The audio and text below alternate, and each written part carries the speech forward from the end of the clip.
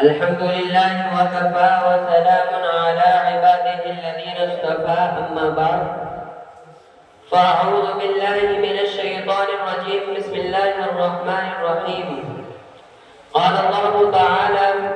وذكر فإن الذكرى تنفع المؤمنين صدق الله العظيم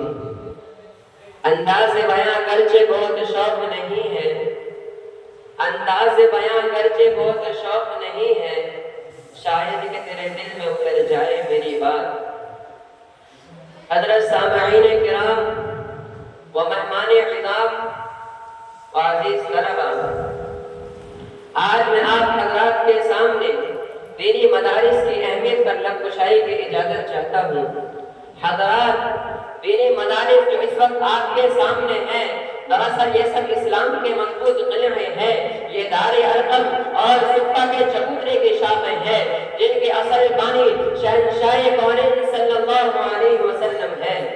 در حقیقت یہ راہ جنت ہے یہاں پر معرفت الہی کی کرنیں پھوٹتی ہیں یہاں علم نبوت کی شعاعوں کو جگمگایا جاتا ہے یہاں امت کے رہبروں رہنما کو تیار کیا جاتا ہے یہاں مصلح امت پیدا کیا جاتا ہے یہاں کفر و شرک کے باطل کے تیز و تند آندھروں کا مقابلہ کیا جاتا ہے یہاں بدعات و خرافات کے امڑتے ہوئے سیلاب کو روکا جاتا ہے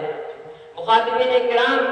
بہت ہی حیرت کن کی بات ہے کہ اس کے باوجود لوگ یہ شکایت کرتے ہیں کہ مدارس نے دنیا کو کیا دیا ارے نادان لوگوں میں تم سے پوچھتا ہوں کہ مجھے بتلاؤ تو ذرا کہ مدارس نے دنیا کو کیا نہیں دیا ہاں مجھے بتلاؤ کہ دنیا انسانیت کو عبد القادر جیلانی جیسا مفکر کس نے دیا مجھے بتلاؤ کہ دنیا انسانیت کو امام غزالی جیسا محدث کس نے دیا مجھے بتلاؤ کہ دنیا انسانیت کو مجدد حضرت ثانی علی جیسا کس نے دیا مجھے بتلاؤ کہ دنیا انسانیت کو اشرف علی جیسا مفکر کس نے دیا ہاں تم بتلاؤ تو ذرا مجھے بتلاؤ تو ذرا ابو الحسن جیسا مبلغ کس نے دیا قاری تیکر جیسا مدبر کس نے دیا میرے دوستو یہ کہاں سے آئے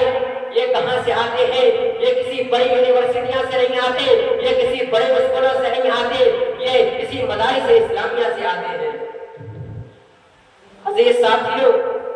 کیا امام اظہر من الشمس نہیں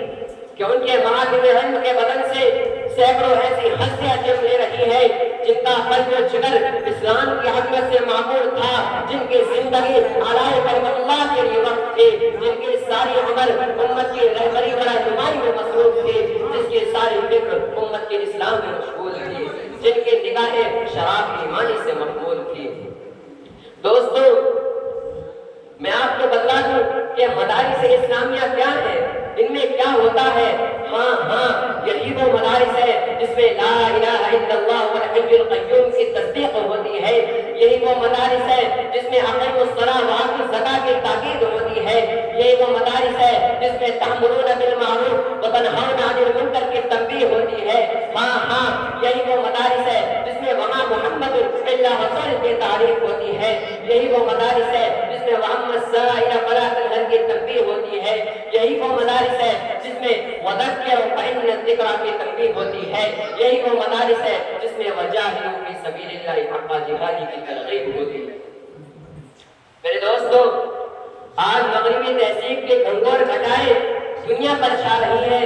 آج اسلامی شاعر خصوصیات کو مٹایا جا رہا ہے آج کس طرح دشمنان اسلام کی نگاہیں ہمارے مدارس ہمارے مساجد ہمارے خانقاہوں کی جانب اٹھی ہوئی ہے